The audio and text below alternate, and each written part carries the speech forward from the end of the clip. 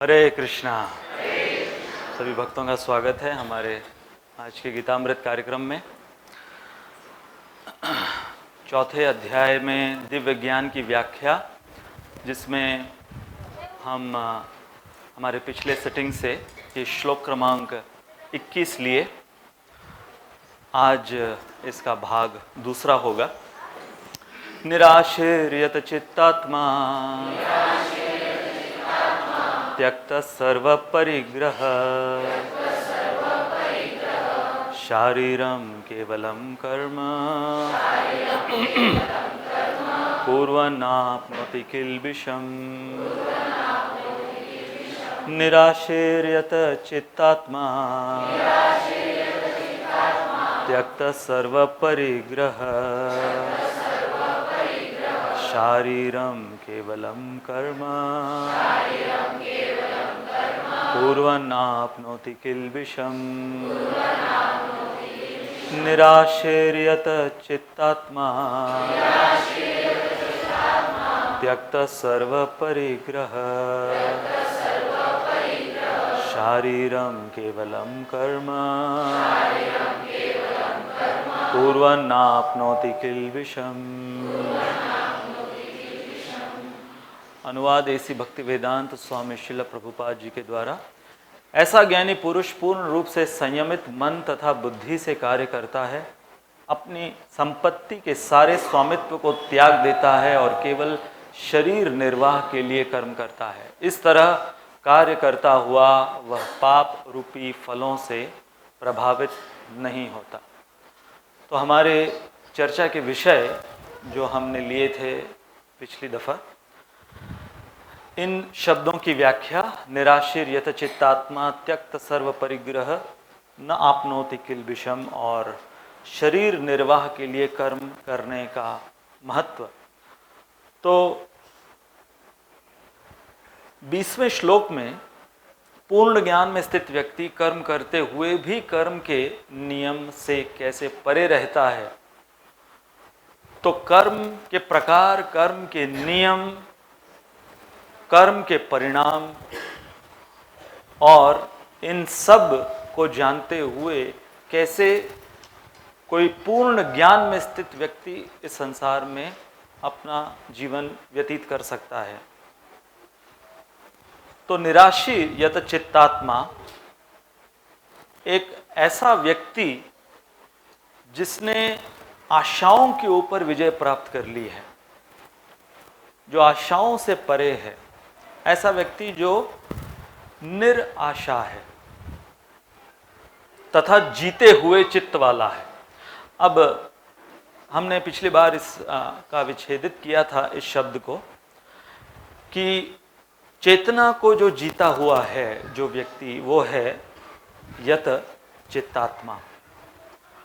तो जब हम यहाँ पर हार और जीत की बात कर रहे हैं, तो हमने पिछली बार ये कुछ मुद्दे लिए थे कि इतिहास में हम यदि देखें तो कैसे अलग अलग स्तर पर लोगों ने जीत हासिल की है, सफलता हासिल की है, फतेह हासिल की है। Territorial, economic, cultural, intellectual, religious, और इतिहास के पन्नों में इन सब के नाम, कईयों के नाम सुनहरे अक्षरों में जड़ित हैं, कईयों के नाम कुछ और तरीके से जड़ित हैं। तो प्रश्न ये है कि ये अपने समय के ये बहुत बड़े सम्राट रहे ये लोग, जैसे Napoleon, Alexander, Hitler, Stalin, Lenin, ये सब जो नाम हैं ये बहुत बड़े कॉन्करर्स रहे। तो प्रश्न ये है कि क्या उन्होंने सब तरीके से अपने जीवन के हर एक पहलू के ऊपर क्या उन्होंने फतेह हासिल की थी? जैसे नीति के अनुसार एक ये श्लोक को हम पैराफ्रेज करके बता रहे हैं कि संसार का नियम क्या है। इस संसार का नियम ऐसा है, एक कीड़ा, धरती पर रेंगता हुआ एक कीड़ा, उस कीड़े को एक छिपकली निगल लेती है। तो कीड़े का जीवन समाप्त हुआ, उस छिपकली ने उस कीड़े को निगल लिया।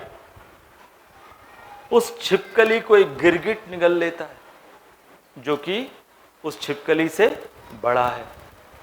छिपकली कीड़े से बड़ी है, गिरगिट छिपकली से बड़ा। गिरगिट ने उस छिपकली को निगल लिया, उस गिरगिट को एक मेंढक निगल लेता है, उस मेंढक को एक सांप निगल लेता है, उस सांप को एक मंगूस वो परास्त कर देता है, उस मंगूस को एक शेर, उस शेर को बंदी बना लेता है एक इंसान, और उस इंसान को एक कीड़ा काटता है और वो हॉस्पिटल में एडमिट हो जाता है। शुरुआत कहां से हुई थी? कीड़े से। एक एक कर कर एक के ऊपर एक हावी होते गए। इसको कहते हैं when the cycle gets complete। तो ये सब अपनी अपनी तरीके से उस कीड़े के लिए वो छिपकली काल के रूप में आती है, उस छिपकली के लिए गिरगिट काल के रूप में। ऐसे हर एक जो उनसे ज्यादा शक्तिशाली प्राणी हैं काल बनकर उनके लिए आते हैं। हम मनुष्यों को लगता है कि हम सबके ऊपर हावी हैं, हमारे पास छिपकली के लिए भी निवारण है, हमारे पास गिरगिट के लिए भी निवारण है, कीड़ों के लिए भी निवारण है, शेर के लिए भी निवारण है। सबके लिए हम निवारण ढूंढ लिए हैं वैज्ञानिक दृष्टिकोण से, और उसी विज्ञान के सहारे फिर हम एक दूसरे को खत्म करते हैं। हम एक दूसरे का काल बनते हैं। Time kills them all. क्या कहा गया है श्लोक में? Time kills them all. तो जैसे शतरंज का खेल है, शतरंज का उदाहरण हमने एक बार दिया था कि शतरंज के खेल में आप देखो कि अलग अलग लेवल्स हैं और उनकी अलग अलग शक्तियां हैं। राजा जिसे बचाए रखना है और सभी मिलजुल कर राजा को बचाते हैं। राजा खत्म हो गया, गेम ओवर, चेकमेट, राजा को हो गया, गेम ओवर। और राजा की चाल कितनी है? बस एक एक चाल चलता हो। उसके पास शक्तियां उसकी बहुत सारी हैं, परंतु उसकी स्वयं की चाल वो एक एक है। क्यों? क्योंकि उसको ज्यादा चाल चलने की जरूरत नहीं है। राजा अगर सब कुछ करने लग जाए तो वो राजा किस काम का? इसलिए भगवान श्री कृष्ण को कई जो दार्शनिक हैं वो क्यों भगवान मानते हैं, जो बाहर पाश्चात्य देश के दार्शनिक क्यों भगवान श्री कृष्ण को केवल भगवान मानते हैं? वो कहते हैं कि ये सही मायने में भगवान है, क्योंकि इनको कुछ करना नहीं पड़ता है, केवल मस्त बांसुरी बजाते हैं। यदि इनको सब कुछ करना पड़ता होता हाथ में हथियार वगैरह लेके, तो फिर डेलीगेशन ठीक से नहीं हुआ है मतलब।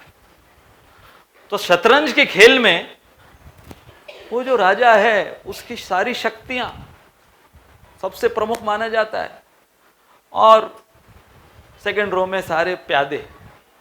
और वो प्यादे क्या होते हैं? नाम ही हम बोलते हैं ना, अरे ये तो तुम्हें प्यादे की तरह इस्तेमाल किया जा रहा है। प्यादे होते हैं एक एक दो दो, बस उनकी शक्तियां बहुत कम होती हैं। परंतु जब शतरंज का खेल बंद होता है तो डिब्बे के अंदर राजा और प्यादा बगल बगल में अपने दोनों के कंधे लगाए हुए बैठे हैं डब्बे के अंदर। प्यादा राजे को बोलता है, क्या हुआ राजा जी? आप बड़े राजा, मैं इतना सा प्यादा, अब इस डब्बे में कौन राजा कौन प्यादा? ये है काल का नियम। तो इसलिए जब हम इन सब विषयों के बारे में, इन सब व्यक्तियों के बारे में, इनके फतेह के बारे में इतिहास में पढ़ते सुनते हैं, तो इन सब के ऊपर जिसने फतेह हासिल की है वो है काल। और भगवान कहते हैं कालोस्मि लोक अक्षय कृत प्रवृत्तो, कि मैं वो काल हूं। और इसलिए वो जो काल स्वरूप हैं, काल के वो अधिष्ठाता देव हैं, वो अब अर्जुन को कह रहे हैं कि यदि तुम्हें सही मायने में सम्राट बनना है अर्जुन, फतेह हासिल करनी है तुम्हें, तो तुम्हें किसके ऊपर फतेह हासिल करनी है? यत चित्तात्मा, अपने स्वयं के ऊपर फतेह हासिल करनी है। तो हमने पिछली दफा इसकी शुरुआत करी थी। ये बहुत अहम मुद्दा है। भगवत गीता के हम सब जो उपासक हैं, हमारे लिए ये बहुत अहम मुद्दा है, ये जानना कि हमें भगवत गीता से कौन से सेनाओं के ऊपर विजय प्राप्त करनी है, कौन सी रणभूमि पर हमें उतरना है। भगवत गीता सुनने के पश्चात हमारे कौन से अस्त्र शस्त्र उठाने हैं, और उससे पहले हम जांच लें, जैसे अर्जुन भगवत गीता के शुरुआत में दोनों सेनाओं के मध्य खड़े होकर उन्होंने क्या जांचा, क्या भापा, क्या फरका, कौन से हैं मेरे शत्रु। उसी प्रकार से हमें भी सेनयोर उभयोर मध्य रथम स्थापयमेच्युत, अच्युत के सहारे अपने इस शरीर रूपी रथ, मन रूपी रथ पर आरूढ़ हुए हमें निरीक्षण परीक्षण करना है अपने स्वयं के शत्रुओं का। और कहां मिलेंगे? कौन सी रणभूमि पर? अंदर, हमारे ही अंदर की रणभूमि पर वो खड़े तैनात। और ऐसा नहीं है कि वो केवल प्रतीक्षा कर रहे हैं कि युद्ध कब प्रारंभ होगा। युद्ध तो अंदर कब का प्रारंभ हो चुका है। अब हम परास्त भी होते जा रहे हैं, कितने जन्मों से इन शत्रुओं के अधीन परास्त होते जा रहे हैं। अब हमें उठकर भगवत गीता के सहारे इनसे लड़ना है और इन पर विजय प्राप्त हमें करनी है। तो जब हम अपने आप को देखते हैं आईने में, तो बहुत सुंदर चेहरा दिखता होगा, निहारते होंगे, हाँ, कि कौन कहता है कि मैं सुंदर नहीं। परंतु यहां पर कौन से आईने को देखना है? इसलिए कहते हैं दोस्त जो होते हैं वो दो प्रकार के होने चाहिए। सच्चे दोस्त आईने के समान और परछाई के समान, क्योंकि आईना कभी झूठ नहीं बोलता और परछाई कभी साथ नहीं छोड़ती। तो यदि मित्र दोस्त बनाओ तो ये दो प्रकार के दोस्त होने चाहिए, या दोस्तों के अंदर ये दो प्रकार होने चाहिए, आईना और परछाई। इसलिए कहा है कि क्या बेखौफ है ये आईना। खौफ किसे कहते हैं? डर को। क्या बेखौफ है ये आईना कि चाहे इसे किसी लकड़ी के फ्रेम में जड़ दो या किसी हीरे मोती के फ्रेम में जड़ दो इस आईने को, ये बेखौफ कभी झूठ नहीं बोलता। ये किसी भी रिश्वत से पिघलता नहीं ये आईना, ये हर समय सच बोलता है। बचपन में एक हमारे स्कूल में एक स्टोरी के ऊपर हमने नाटक किया था, हमारे एनुअल फंक्शन। और उस नाटिका, उसका टाइटल था आईने की सच्चाई। तो एक ऐसा गांव जहां पर पूरे गांव में ऐसी सुख शांति की किसी घर में कभी कोई कलह नहीं, पड़ोसियों में कभी कोई कलह नहीं, ऐसा आदर्श गांव। और उस गांव में एक शहरी बाबू आता है और वो शहरी बाबू देखता है कि ऐसे कैसे हो सकता है, ऐसा गांव, ऐसा समुदाय तो मैंने आज दिन तक कभी सुना नहीं। तो देखने मिल रहा है कि किसी घर में कोई कला नहीं, और कोई पड़ोसियों में, किसी दूसरे अन्य घरों में कोई कला नहीं। तो कला पैदा कैसे किया जाए? तो वो गांव इतना पिछड़ा हुआ, यदि हम कहें, कि उस गांव में कोई आईना नहीं था किसी के घर में। तो जाते जाते क्या करता है, जिस घर में वो मेहमान के रूप में था, उस घर के संदूक में आईना अपने बैग से निकालकर छोड़कर चला जाता। तो जो घर का मालिक है, कुछ दिन बाद वो जब संदूक खोलता है तो उसे क्या दिखता है? ये एक ऐसी वस्तु जो उसने जिंदगी में कभी देखी नहीं, क्योंकि ऐसे गांव में वो लोग रह रहे थे, उनको पता ही नहीं था आईना क्या होता। तो पहली दफा जब उसने आईना देखा, तो जैसे ही देखा तो अपने आप का चेहरा दिखा। उसने अपने आप को कभी देखा नहीं था, तो डर गया कि ये कौन व्यक्ति है, हमारे गांव में ये व्यक्ति तो कभी दिखाई नहीं दिया, ये कहां से आया, संदूक के अंदर कैसे आया। डर के मारे पता नहीं कोई भूत प्रेत है, वापस रख दिया। और रोज उसे खोल खोल कर देखे। पत्नी ने एक बार देख लिया रसोई घर से कि ये संदूक को खोलते हैं, चेहरे पर इनको कुछ होता है और फिर से रख देते हैं, ये माजरा क्या है। तो जब ये खेत में जाता है तो पत्नी संदूक खोलती है,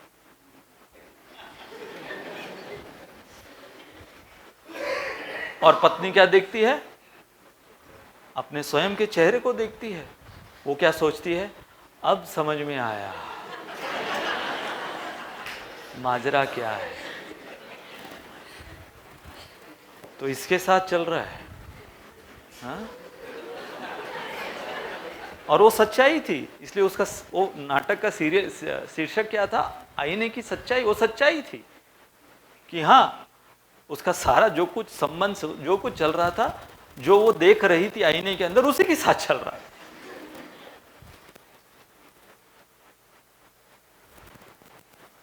तो फिर वो उसको जब रखने गई तो उसका लोकेशन बदल गया। तो ये जब वापस आकर चेक करता है, देखता है उसका लोकेशन बदला हुआ है। तो लोकेशन किसने बदला? शक किसके ऊपर आया? एक ही है घर पर, पत्नी।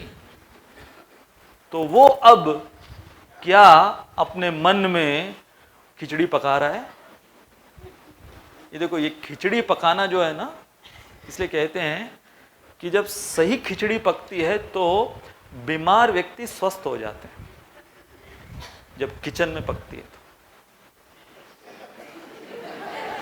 जब किचन में खिचड़ी पकती है तो बीमार को स्वस्थ कर देती है, परंतु जब दिमाग में खिचड़ी पकती है तो अच्छों को बीमार कर देती है। तो इसके दिमाग में खिचड़ी पकने लगी। तो ये इसका आशिक है, ये इसका यार है, ये सही सच्चाई थी। वो जो देख रहा था उसी का था वो यार, उसकी पत्नी का। तो अब उनके अंदर वो शक के वजह से कलह प्रारंभ हुआ। और वो शहरी बाबू को करना क्या था? ये शुरू करने के लिए एक आईना रखकर जाना था।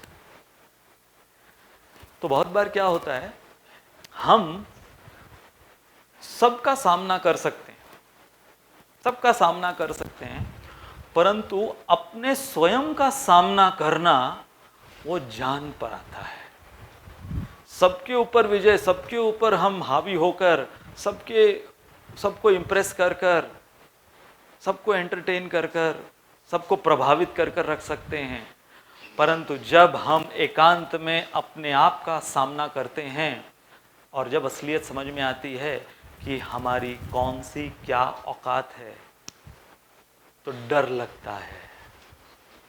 फिर उस आईने में अपने चेहरे को देखने में डर लगता है, जो आईना हमारी असलियत बताए, हमारे अंदर के शत्रुओं को दिखाए। तो इसलिए हमने पिछली दफ़ा ये लिया था कि हमारे अंदर के शत्रु और इन शत्रुओं पर विजय प्राप्त करने के लिए हमारे आंतरिक शस्त्र क्या होने चाहिए। तो शुरुआत इसकी हुई संशय और इच्छा की मुख्य कैटेगरी है। आज हम जो षड रिपु बताए गए हैं हमारे शास्त्रों में, वो सारे कैसे इनसे कनेक्टेड हैं और कैसे वो हमारे अंदर के शत्रु हैं। रिपु अर्थात शत्रु, षड अर्थात छः, षड रिपु अर्थात छः शत्रु। तो पिछली दफ़ा हमने ये लिया था कि जब संशय, जो हमने अभी ये कहानी सुनाई, संशय से क्या हुआ, worrying about the future but it should lead to what, preparing for the future. जैसे कि अर्जुन ने प्रथम अध्याय में अर्जुन ने विसृज्य सशरम चापम शोक संविघ्न मानव, कि इतना शोक में अर्जुन चले गए कि अपने बाण और अपना धनुष उसको त्यागते हुए, वही 18वें अध्याय में संजय कहते हैं पार्थ धनुर्धर, कि उन्होंने अपने धनुष को, उसी धनुष को उठाया जिस धनुष को प्रथम अध्याय में उन्होंने छोड़ दिया था या छूट गया था। उनके उस व्याकुलता के कारण, उस चिंता के कारण वो धनुष छूट कर गिर गया था, उसी धनुष को उठाया। तो ये है कि डाउट को सही प्रकार से इस्तेमाल कैसे किया जाए। डिजायर, अब ये जो दो स्टेजेस जो हम यहां पर पढ़ रहे हैं डिजायर की, तो इसके दो टर्म्स हैं इंग्लिश में, जिसको एक को कहते हैं यूटोपिया और एक को कहते हैं डिस्टोपिया। तो यूटोपिया का अर्थ क्या है, कुछ याद आ रहा है? जब लोग बोलते रहते हैं all is well, don't worry, all is well, जो हुआ अच्छा हुआ, जो होगा अच्छा होगा। तो ये एक एक्सट्रीम है। लोग कहते हैं कि बस तुम अच्छा सोचते रहो, अच्छा सोचते रहोगे तो अच्छा होगा। नहीं, सही बात है, सोच अच्छी रखनी चाहिए, परंतु उसके साथ असलियत का सामना करने का दिमाग भी रखना चाहिए। तो ये एक एक्सट्रीम है कि जिसके अंदर कोई व्यक्ति ऐसे सपनों के महल में जीता है, सब कुछ ठीक है और सब कुछ ठीक हो जाएगा, तो फिर भगवान बोलते ही क्यों दुखालयम अशाश्वतम। श्रील प्रभुपाद, हम रविवार की क्लास में सुना रहे थे, श्रील प्रभुपाद ने रथ यात्रा के लेक्चर में कहा हिप्पियों को कि तुम लोग जो इस भौतिक संसार से इतना त्रस्त, ये हिप्पी कल्चर तुमने अपनाया है, मैं सराहना करता हूं, क्योंकि मनुष्य जीवन का पहला उद्देश्य क्या है, टू बी फ्रस्ट्रेटेड मटीरियली। अच्छा, इसका ठीक विपरीत है डिस्टोपिया। तो एक है कि सब ठीक हो जाए, सब ठीक हो जाए, सब ठीक हो जाए। तो लोग पूछते हैं हाउ इज एवरीथिंग, फाइन। अब कुछ फाइन, ज़्यादातर अगर आप जीवन में कुरेद के देखो तो फाइन कुछ भी नहीं चल रहा है। एवरीथिंग इज फाइन मीन्स जिंदा हूं, मरा नहीं अभी तक। That means that is the standard, everything is fine. अच्छा, डिस्टोपिया उल्टा है।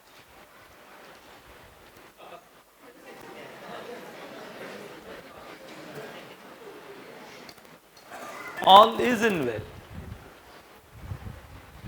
कि मेरा जीवन कोरा कागज कोरा ही रह गया, मेरे जीवन कोई हमदम न रहा, कोई सहारा न रहा, न उमंग, मेरा जीवन कटी पतंग।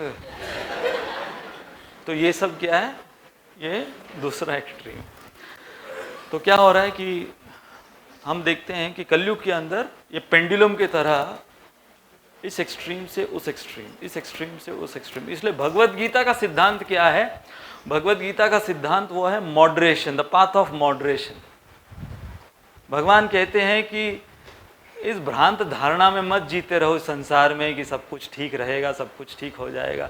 अर्जुन को भगवान ने पूरी सेनाओं को दिखाते हुए कहा कि तुमको ही लड़ना है इनसे, और कोई उपाय नहीं है और कोई चारा नहीं है। और उसके पश्चात यदि कोई अगर ये सोचे कि यदि जीवन, और भगवान ने बोल दिया है कि ये दुखालय है और अशाश्वत है, तो फिर ये तो पूरी मायूसी का एक मार्ग बता दिया। नहीं, क्योंकि उसमें वहां से निकलने, इस दुखालय में आप सुखालय कैसे बन सकते हो, आप सुखी कैसे बन सकते हो, ये भी मार्ग भगवान ने भगवत गीता के अंदर बताया। तो इसलिए जो हमने पिछली बार यहां तक समझा था कि हमें एक्सट्रीम्स में नहीं जाना है। Simply rejection of desires gives rise to anxiety. Selection of desires, आज हम इस पर गौर करेंगे, selection. So simply rejection of desires. अब कई बार क्या होता है कि जब हमारी इच्छाओं के वजह से हम अपने आप को परेशान पाते हैं कि मेरी इच्छाओं के वजह से ये सब हो रहा है, तो इच्छाओं को ही खत्म कर दो। तो अंग्रेजी में कहावत है, don't throw the baby along with the bath water. Don't throw the baby along with the bath water, कि बच्चे को टब में नहलाया जा रहा है, अब टब में जो साबुन का थोड़ा पानी हो गया है उसको फेंकना है, तो टब के साथ, पानी के साथ बच्चे को मत फेंक दो, बच्चे को बाहर निकालो और काली जो टब का पानी है वो साबुन का, उसे फेंको। Don't throw the baby along with the bath water. So desires can not be killed, you can select, you can purify the desires, you can spiritualize the desires। ये है तकनीक जो भगवान सुना रहे। तो आज हम इसके ऊपर थोड़ी चर्चा करेंगे। तो आपको मैं एक अलग पहलू से, जो हम मनुष्यों के अंदर ये खेल चलता है, किसका? इच्छाओं का। ये जो उतार चढ़ाव इच्छाओं का हमारे अंदर चलता रहता है हर क्षण। इस क्षण, जिस क्षण से आप यहाँ पर बैठे हो, इससे पहले जैसे ही आप पैदा हुए, मरते दम तक ये इच्छाएं जो हैं, इनका उतार चढ़ाव, फेर बदल, अलग अलग प्रकार की उनकी श्रेणियाँ, इंटेंसिटी, सब कुछ आज हम उसकी चर्चा करने की कोशिश करेंगे। तो शुरुआत करते हैं द ट्रायंगुलैरिटी ऑफ डिजायर्स। तो यहाँ पर त्रिकोण आपके सामने है। तो सबसे पहले हम सब मनुष्यों के अंदर, जैसे कि भगवान ने कह दिया, इच्छा द्वेष समुत्थेन द्वंद्व मोहिन भारत, कि इच्छा के वजह से हम लोग सब अलग अलग योनियों में भ्रमण कर रहे हैं। यहां पर आप लोग जो वस्त्रों को धारण किए हुए हो, ये सब के पीछे आपकी इच्छा थी। किसी ने इच्छा करी कि मैं ये रंग का शर्ट पहनूंगा, ये रंग का मैं पैंट पहनूंगा, ये रंग की मैं साड़ी पहनूंगी। तो ये जो रंग और मटेरियल, ये सब आपने इच्छा करी। तो यदि किसी एक व्यक्ति को यहाँ पर लाकर खड़ा किया जाए और हम उसका मुआयना करें, तो समझ में आएगा कि जो जो उसके शरीर के ऊपर और जो जो उसके घर पर भी आप देखोगे तो है क्या, उसके अंदर की इच्छाओं का प्रस्तुतिकरण है,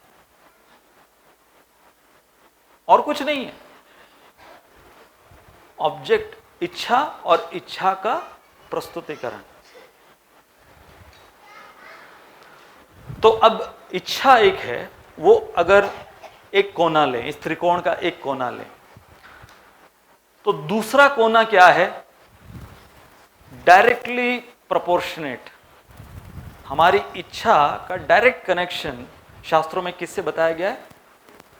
विषय वस्तु से। कि अब जैसे आप गए ये शर्ट को खरीदने के लिए, जब आप गए तो मार्केट में आपने पहले ये सोच के नहीं, ठीक है आपके मन में कुछ एक आप सोच के गए होंगे कि ऐसा मुझे कोई शर्ट खरीदना है, ऐसे कपड़े खरीदने, परंतु जब मॉल में गए वहां पर जाने के पश्चात जो इतने अलग अलग आपने सैंपल्स देखे,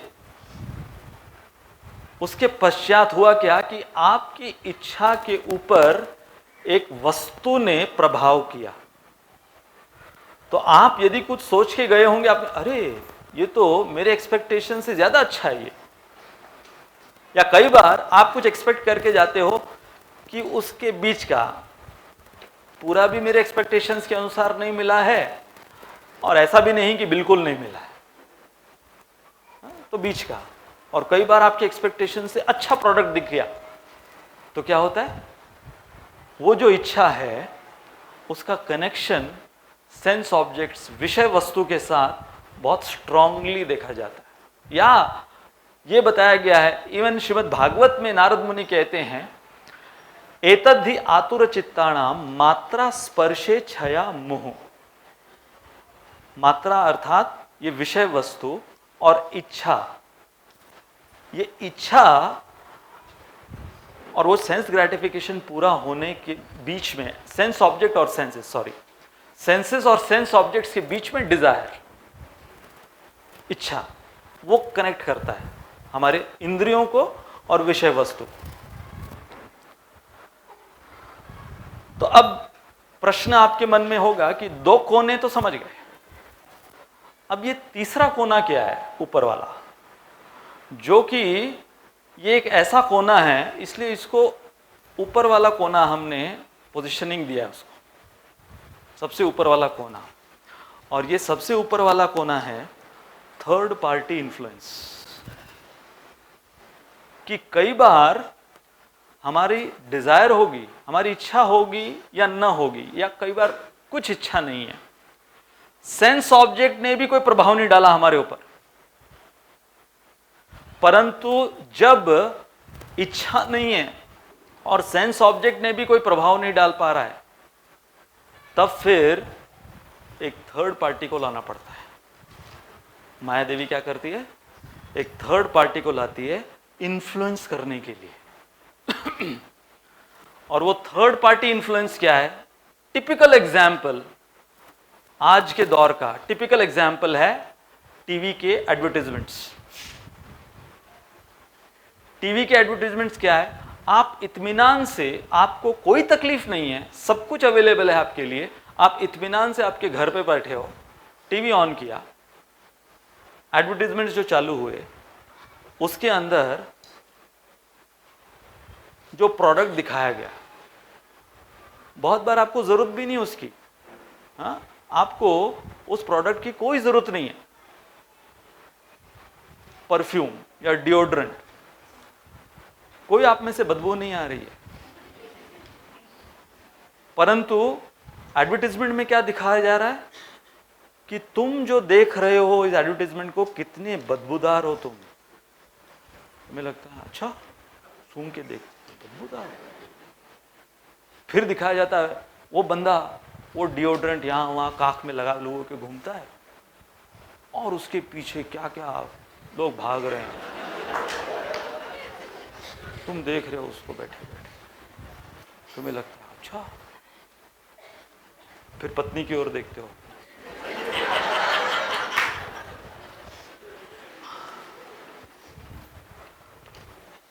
अच्छा। तो ये आपको पता है, ये पूरा जो एड इंडस्ट्री है, इतना कॉस्टली है ये एड इंडस्ट्री, कि आपको कई बार आश्चर्यचकित होता होगा कि ये जो बड़े बड़े यूट्यूब चैनल्स वगैरह ये सब कैसे चलते हैं, या टीवी ये कैसे चलता है, इतना खर्चा ये लोग करते हैं सीरियल्स वगैरह में, कैसे चला ऐसे।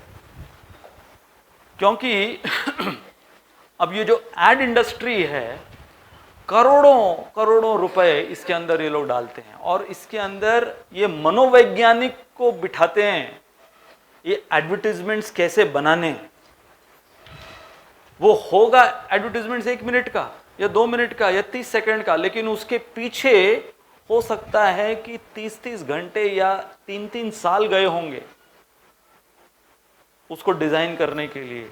कैसे वो इन्फ्लुएंस करेगा हमारी इच्छाओं को, क्या है वो? Third party influence.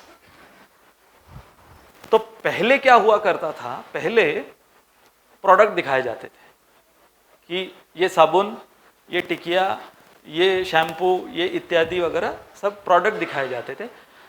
तो वो इतना इन्फ्लुएंस नहीं कर पाया लोगों की इच्छाओं को। तो फिर उन्होंने क्या किया कि लोग अपने मनोवैज्ञानिक स्तर पर वो किसे मानते हैं, किसे वो पूजते हैं, उनको लाओ और उनके हाथ में थमाओ। तो फिर क्या हुआ, ये दौर शुरू हुआ। अब देखिए, एक्चुअली एडवर्टाइजमेंट किसका है? साबुन का है। लेकिन इतने वो साबुन का इमेज कितना बड़ा है?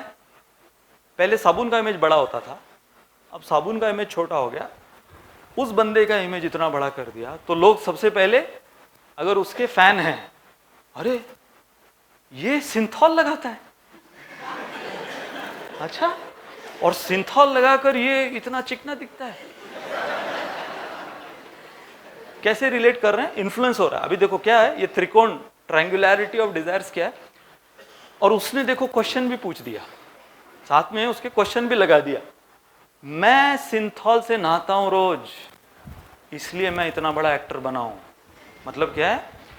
तो धीरे धीरे कोई पागल ही होगा जो सोचेगा कि मैं भी रोज सिंथॉल से घिस घिस के नहाऊंगा तो मैं भी एक दिन अमर अकबर एंथनी बन जाऊंगा।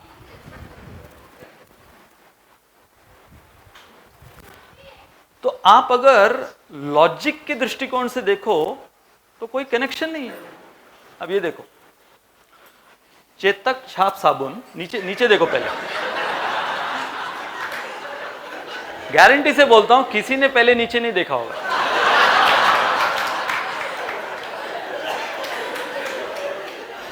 है ना? किसी ने पहले नीचे नहीं पढ़ा होगा। This is the power of बसंती।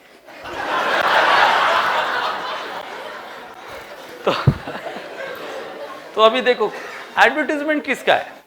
चेतक छाप साबुन, शक्ति डिटर्जेंट टिकिया। क्या कनेक्शन है इसका? तो अब दंपति दोनों इस एडवर्टीजमेंट को बैठकर देख रहे हैं और फिर एक दूसरे को देखते हैं। हम दोनों के बीच में बन क्यों नहीं रही पता है? देखो इनको कितना, हाँ, कितना जट यमला पगला दीवाना, कितना, हाँ, इनका प्यार। उसका कारण है चेतक छाप साबुन, ये उसका कारण। अच्छा, ये तो कुछ नहीं, ये देखिए आप जो अगर इनको पहचानते हैं पुराने जमाने के, और लिख भी दिया उन्होंने, प्रेम चोपड़ा, और सब जानते हैं कि ये किसके लिए फेमस थे। प्रेम नाम है मेरा। तो अब इनके अंदर एक खूबी थी, इनके जो भी बाल, तो उसको लेकर कि अगर आप, अभी पता नहीं कि ये हेयर क्रीम, जो भी वैसलीन हेयर क्रीम लगाने के बाद में क्या वो बताना चाह रहे हैं, आप क्या बनेंगे? हाँ, मैसेज क्या है कि वो जो किरदार, जो अभिनय निभाता है वैसे बनेंगे। तो इसलिए अभी जैसे हम जैसों के लिए तो कोई मायना ही नहीं रखता है।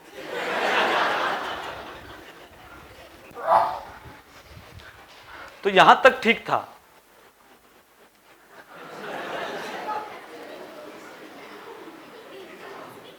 अब सारे रामगढ़ के निवासी हाँ, अब तक तो यही सुने थे कि गोली खा, कि ग्लूकॉन डी खा, क्या खा। तो देखो ये जो एक दौर शुरू हुआ कि जिसके अंदर आपके इच्छाओं के ऊपर इन्फ्लुएंस किया जाए, क्योंकि केवल एक पॉइंट से, इस त्रिकोण के एक पॉइंट से दूसरे पॉइंट तक उनका बिजनेस नहीं चल रहा था। तो फिर वो त्रिकोण बनाकर थर्ड पॉइंट लाना पड़ा, थर्ड पार्टी इन्फ्लुएंस। तो ये थर्ड पार्टी इन्फ्लुएंस इतना इफेक्टिव है, इतना इफेक्टिव है, हमें लगता भी नहीं होगा कि ये कैसे हमारे ऊपर इफेक्ट ला रहा है, इम्पैक्ट इसका कितना है। मैं आपको कुछ फिगर्स दूंगा, उससे आपको अंदाजा आ जाएगा कि ये कितना इफेक्टिव है। अगर इतने पैसे ये लोग खर्चा नहीं कर रहे होते, अर्थात यदि हमसे उनको इतना मुनाफा नहीं मिल रहा होता, तो इतना खर्चा ये इनके ऊपर नहीं करते। रेट कार्ड है ये इनका। तो सबसे पहले ये शख्स, इनका रेट कार्ड क्या है, खाली किसी एड में अपीयर होने का 2 करोड़ है। मतलब कोई वॉशिंग मशीन यहां पर खड़ी है और इस बंदे को बोला है तू बस वॉशिंग मशीन के बगल में खड़ा हो जा, कितना उसको, 2 करोड़।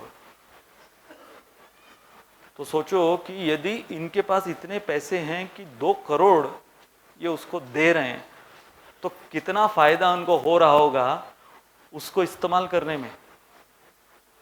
और एंडोर्समेंट अगर वो बोल दे, कुछ बोल दे, एंडोर्समेंट मतलब बोल दे कि हाँ मैं मेरे जो भी चड्डी बनियान इसी में धोता हूं, इसी वॉशिंग मशीन में धोता हूं। वाह अच्छा, अरे वाह।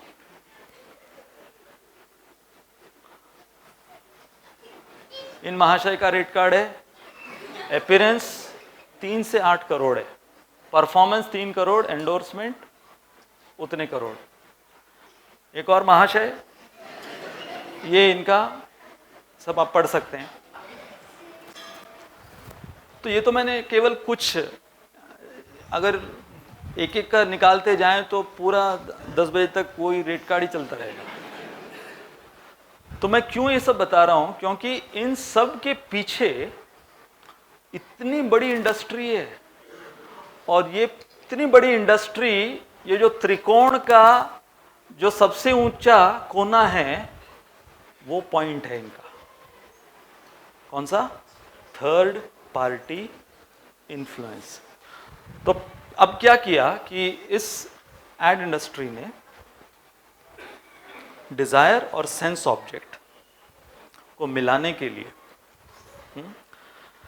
उन्होंने, जिससे हम इन्फ्लुएंस होते हैं, जिस चीज से हमारे जज्बात, हमारी भावनाएं, फीलिंग्स, जो चीजों से इन्फ्लुएंस होती है, उनको अब एड्स में डिपिक्ट करना शुरू किया। केवल इतना ही नहीं कि कोई बोल रहा है साबुन हाथ में लेकर कि मैं ये लगाता हूं या शैम्पू, जो भी नहीं, उतना ही नहीं। फिर बाद में उन्होंने उसको इम्प्रोवाइज किया, इस थर्ड पार्टी इन्फ्लुएंस को इम्प्रोवाइज कैसे किया कि जज्बातों को लाकर फिर प्रोडक्ट को कैसे प्रस्तुत किया। तो आपको हम इसके कनेक्शन में वीडियो दिखाना चाहेंगे। तो आप इनमें देखिएगा कि शुरुआत में आपको बिल्कुल समझ में नहीं आएगा कि ये जो विज्ञापन है, ये एडवर्टाइजमेंट, ये किसके लिए है, उसका कनेक्शन क्या है।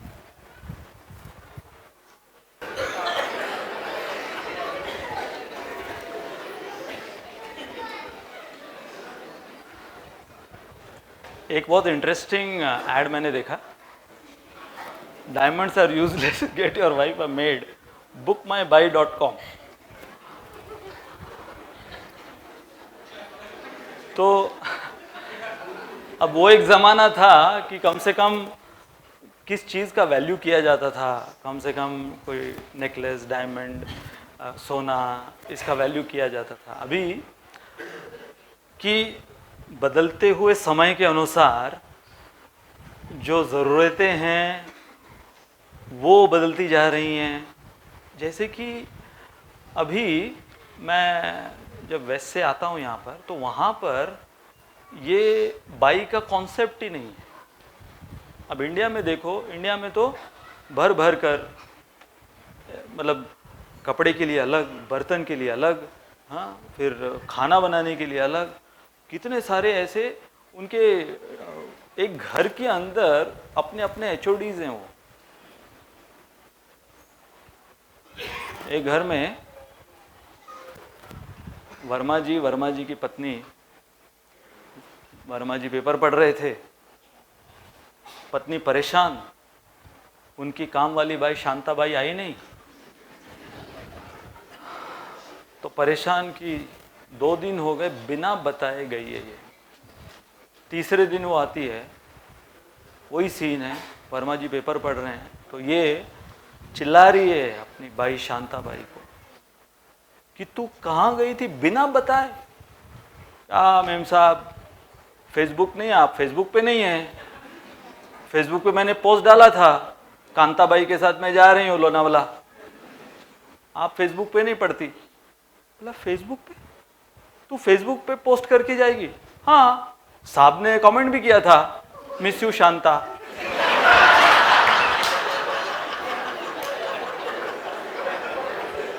Have a nice trip. उस दिन से आज दिन तक वर्मा जी बर्तन घिस रहे।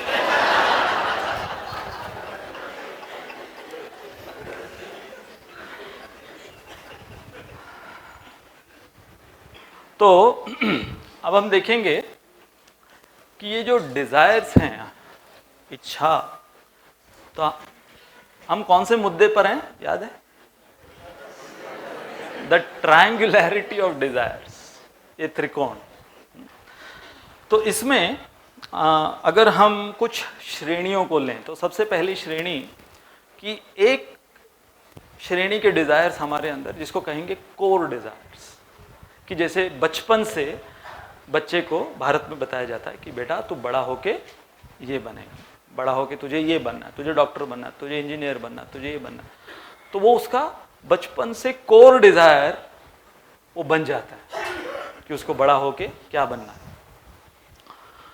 फिर उसके पश्चात उस कोर डिजायर के आसपास हमारे बहुत से सुपरफिशियल डिजायर्स होते हैं, कि वो सुपरफिशियल डिजायर्स, वो जैसे कि किसी के मन में डिजायर हुआ मुझे पायलट बनना है, तो अभी उसके लिए कुछ ठोस उसने किया नहीं है, या वो उसको लग भी नहीं रहा है कि वो बन पाएगा, लेकिन है एक ऐसा सुपरफिशियल डिजायर है पायलट, या फिर प्रेसिडेंट बनना है कंट्री का प्रधानमंत्री, या मैं राष्ट्रपति बनना चाहता। तो फिर होता है कि थोड़ा बड़ा होता है तो समझ में आता है कि भाई पिट के आया है स्कूल में, राष्ट्रपति प्रधानमंत्री क्या। तो फिर धीरे धीरे वो जो एक बड़ी ख्वाहिश थी कि राष्ट्रपति बनो, तो फिर किसी एक फैक्ट्री का मालिक बन जाऊं, उतना ही काफ़ी है। फिर बाद में और जब बड़ा होता है समझ में आता है कि वो भी बहुत मुश्किल है, और एक नौकरी मिल जाए वो बहुत काफ़ी है, 2 वक्त की रोटी मिल जाए वो काफ़ी है। तो क्या होता है, वो सुपरफिशियल डिज़ायर धीरे धीरे वो रियलिस्टिक बनते जाते हैं। लेकिन वो होते हैं, वो अलग अलग उनके अलग अलग जेंडर के अनुसार, कौन से समाज में हम पैदा हुए हैं उसके अनुसार, कौन से साल हम पैदा हुए हैं, कौन से एरा में हम जी रहे हैं, क्या माहौल है गवर्नमेंट का, हर चीज़ वो सुपरफिशियल डिज़ायर्स पर आधारित है। फिर है बोरोड डिज़ायर, जैसे कि ये थर्ड पार्टी इन्फ्लुएंस क्या है कि उन्होंने कुछ प्रोडक्ट हमको सामने दिखाया और हमारे अंदर उसकी इच्छा भी नहीं थी और हमको ज़रूरत भी नहीं उसकी, लेकिन उस थर्ड पार्टी के वजह से वो हमारे ऊपर। तो अब मेरा प्रश्न ये है कि ये जो हमने त्रिकोण निकाला, ट्रायंगुलैरिटी ऑफ डिजायर्स, ये हमारे लिए अच्छा है या बुरा है? अच्छा है, क्योंकि वो जो ऊपर वाला त्रिकोण है, हम सब as a human being we are suppose to be influenced. हम इन्फ्लुएंस होते हैं, परंतु ऊपर वो मटेरियल इन्फ्लुएंस के बदले अगर हम सत्संग को डाल दें, तो अगर जप करने की इच्छा भी नहीं है जपमाला भी सामने है, परंतु जब हम भक्तों को देखते हैं, वो कौन सा है, सबसे ऊंचे वाला जो कोना है त्रिकोण का, भक्तों को देखते हैं तो इन्फ्लुएंस होते हैं। अरे ये जो स्कूल में मेरे साथ पढ़ाई किया करता था, ये 16 माला करता है, यहाँ पर स्कूल में पता नहीं क्या क्या किया करता था, तो इन्फ्लुएंस हो गया। उस इन्फ्लुएंस की वजह से, जैसे कि नारद मुनि के विषय में क्या कहा गया है, उच्चिष्ट लेपान अनुमोदितो हरि, कि भक्ति वेदांती जो उनके घर पर आया करते थे, उनकी सेवा करते करते, उनकी भक्ति देखते देखते क्या हुआ, नारद मुनि इन्फ्लुएंस हुए और नारद मुनि के अंदर वो इच्छा जागृत हुई भगवत भक्ति करने की। तो नारद मुनि इतने बड़े जो भक्त बने भगवान के, उनकी शुरुआत कहाँ से हुई, उनकी माता, नारद मुनि की माता, जिनका नाम भी नहीं पता किसी को, नाम भी नहीं लिखा गया, बताया गया, उनकी माता ने नारद मुनि को भेजती गई, जाओ उनकी सेवा करो, उनका जो है, उनका महाप्रसाद उच्छिष्ट वो ग्रहण करो। Influence, third party influence. तो ये जो है बोरोड डिजायर्स, इसका ऑब्जेक्ट, किससे हम बोरो कर रहे हैं, वो ऑब्जेक्ट चेंज करेंगे तो हमारे वो पूरा जो ट्रायंगल है हमारे लिए वो स्पिरिचुअल ट्रायंगल बन सकता है। अब कई जो है रोजमर्रा के नेसेसरी डिजायर्स क्या है, मंजन करना है, नहाना है, धोना है, सारे नेसेसरी डिजायर्स हैं। मतलब इसको हम इच्छा भी नहीं बोलते, लेकिन ये है, करना पड़ता है, जाकर काम करना है, सब कुछ करना है। हाँ, रोज का जो हमारा शारीरिक हमारा जीवन यापन जो है, बॉडीली नेसेसिटीज, वो है नेसेसरी डिजायर्स। फिर है अनवांटेड डिजायर्स। अच्छा, कई बार क्या होता है कि कोई जरूरत नहीं है, परंतु अचानक हमारे मन में कुछ कुपेड़ उठता है, हाँ? और कुछ ऐसी इच्छाएं या कुछ ऐसी चीजें, जैसे हमें याद है, हम स्कूल में कुछ ऐसे बच्चे जो हैं ऐसे काम करते रहते हैं। तो हम लोग स्कूल में क्या करते थे,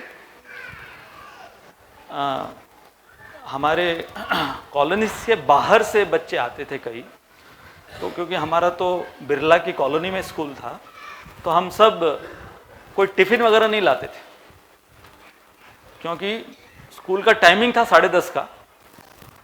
तो नाश्ता कर कर घर से निकलते थे, 5 मिनट दूरी पर ही स्कूल था, तो नाश्ता कर कर निकलते थे और लंच ब्रेक के लिए फिर से घर पर लंच के लिए जाते थे, और 5 बजे तक स्कूल छूट जाता था शाम। लेकिन कई बच्चे जो कॉलोनी से बाहर से आते थे 5-6 किलोमीटर, तो वो लोग टिफिन लाते थे। हम लोग क्या करते थे, उनका टिफिन खा लेते थे और उसमें मेंढक डाल देते थे बारिश के मौसम में। अनवांटेड, कोई उसकी जरूरत नहीं है, ऐसे ही जिसको कहते हैं मजा आया, मस्ती की। और उसके वजह से फिर इतने पनिशमेंट्स मिलते थे, क्लासरूम के बाहर जाके खड़े रहो, नील डाउन, तुमको सस्पेंड किया जाएगा 1 हफ्ते के लिए, ये सब कुछ। तो ये कई सारी चीजें बचपन की वो अलग होती हैं, बड़े होने के बाद भी बहुत सारी अनवांटेड चीजें, जिसकी वजह से कई बार जानलेवा भी हो सकती हैं। फिर कई डिजायर्स होते हैं सेंसलेस, बैठे बैठे हम कुछ भी, मतलब उसका कोई कनेक्शन नहीं है, ऐसे बैठे बैठे आप ये झूमर को देख रहे हो, लेक्चर में कोई इंटरेस्ट नहीं आ रहा है, अचानक आपकी नजर झूमर के ऊपर पड़ी। हाँ? और सेंसलेस डिजायर ऐसे कि वो सोचने लगे झूमर पे लटकूं तो कैसा रहेगा। हाँ, कभी हुआ है, आपने अनुभव किया है? उसका कोई कनेक्शन नहीं है, प्रोग्राम क्या चल रहा है, तुम कौन हो सकते हो तुम किसी बड़े कंपनी के सीईओ, बैठे बैठे इमेजिन कर रहे हो झूमर पे लटके हुए, कैसा दिखूंगा, सेल्फी कैसे लगेगी मेरी झूमर पे। तो इसको बोलते हैं कि मन में कुछ ऐसी उपज, हम उनकी याद में रो रो कर इतने आंसू बहाए कि बाथरूम के टब भर दिए, हम उनकी याद में रो रो कर इतने आंसू बहाए कि बाथरूम के टब भर दिए, और एक वो थे आए और नहाकर चल दिए।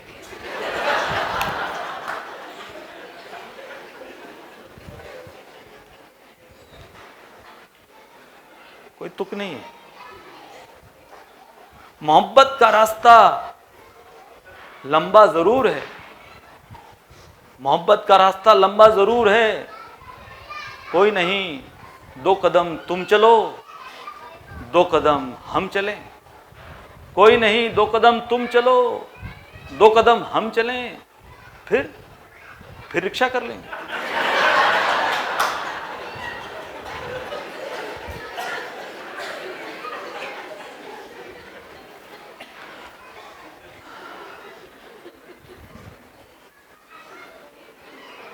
कोई बात नहीं, रिक्शा नहीं है, आ जाए, बैठ जाइए। तो डेंजरस डिजायर्स। अब डेंजरस डिजायर्स क्या है कि जो कईयों के अंदर उसमें उनको किक मिलता है, और ये बहुत जैसे जो कातिल, खूनी, आतंकवादी टाइप्स जो होते हैं, तो साइकोपैथ्स जिनको बोलते हैं, सोशियोपैथ, साइकोपैथ, सीरियल किलर्स, कोई बेसिस नहीं है, बस खत्म करना है किसी को। डेंजरस डिजायर्स, उसके अंदर जो लोग ये नशा करते हैं। तो अब देखिए, न तो वो वांटेड है, न वो नेसेसरी डिजायर है, न वो कोई कोर डिजायर है, न वो कोई सुपरफिशियल है, वो डेंजरस कैटेगरी में।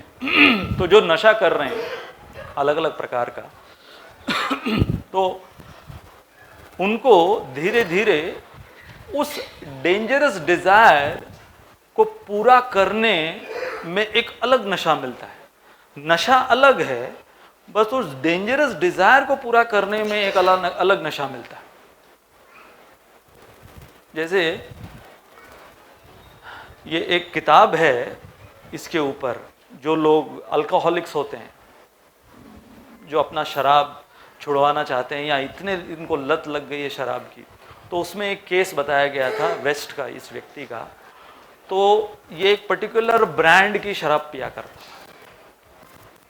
तो बहुत तलब, ये वर्ड जानते होंगे, उसको तलब लगी, और रात के कुछ 11:30 बजे थे, तो वो वाली शराब की ब्रांड नहीं थी घर पर उस, तो उसे ढूंढने के लिए वो गया, कौन सा कोई 24 आवर्स ऐसा कोई दुकान खुला है, तो वो ढूंढने के लिए गया, तो उसकी कार वो चालू नहीं हो रही,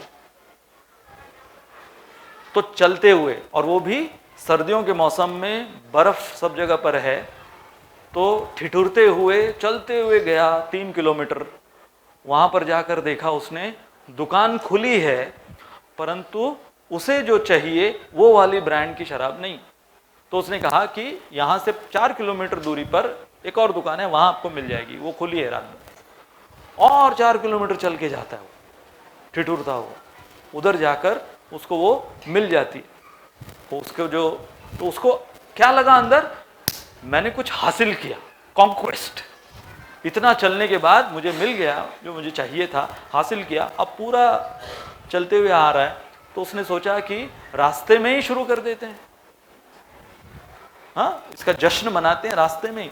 तो उसने वो बॉटल खोली, और जैसे ही बॉटल खोली, तो वो जो बर्फ पर चल रहा था उधर से फिसला वो, और पूरा पीछे सर के बल गिरा, पूरी बॉटल खुली हुई, पूरी जो शराब थी वो फैल गई, और वो रात के 2:30 बजे रास्ते में बर्फ के ऊपर ठिठुरता हुआ पड़ा हुआ है। और वो सोचने लगा, मैं मेरी जिंदगी के साथ क्या कर रहा हूं, सब लोग इस समय सो रहे हैं, मैं मेरी जिंदगी के साथ क्या कर रहा हूं। वहां से उसकी शुरुआत हुई कि मैंने मेरी जिंदगी को कितना खतरनाक बना लिया है। तो देखो, ये जो हम ये सारे जो 7 प्रकार के डिजायर्स की कैटेगरीज आपके सामने प्रस्तुत कर रहे हैं, हमें ये नहीं सोचना चाहिए कि हमारे अंदर केवल हो सकता है कि खाली कोर डिजायर हो, सुपरफिशियल थोड़े इधर उधर हो। हाँ, कभी कभी झूमर पर बैठने का मन करता है, हाँ, सब है हमारे अंदर। ये सातों के सातों हैं।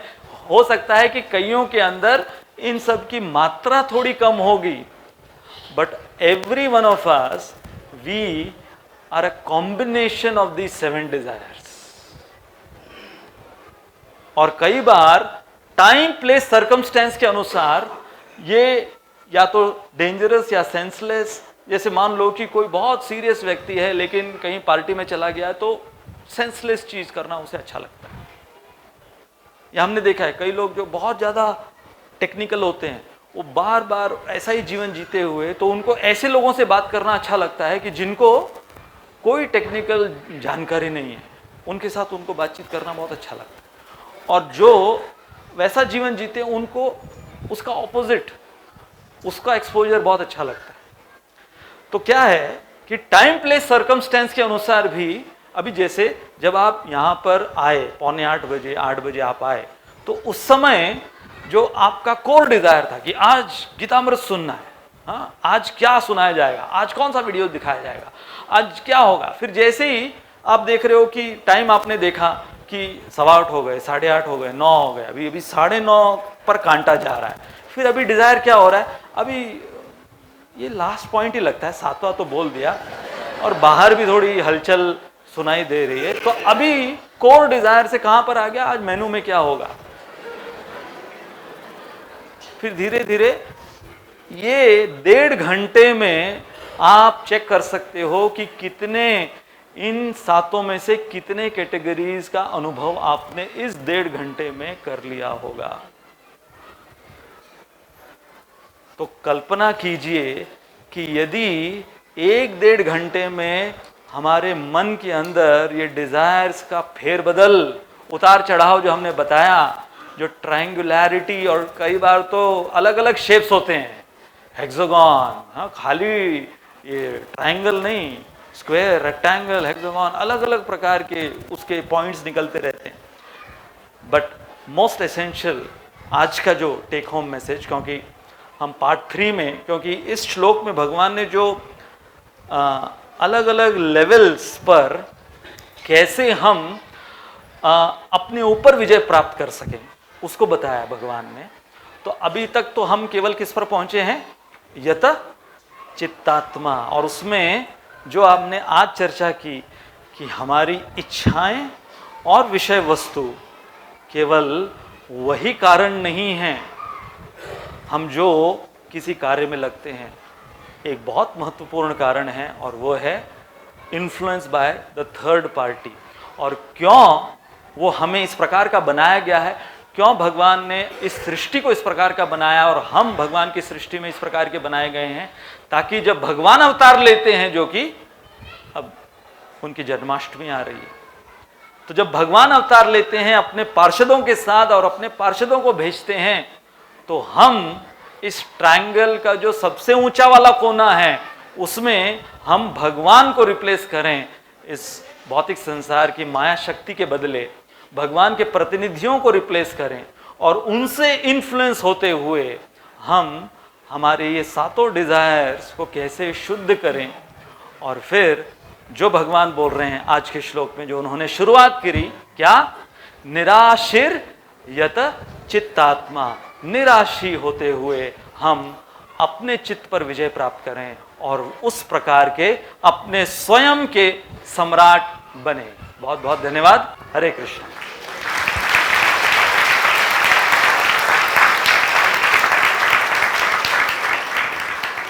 श्रीमान शिक्षाष्टकम प्रभु की।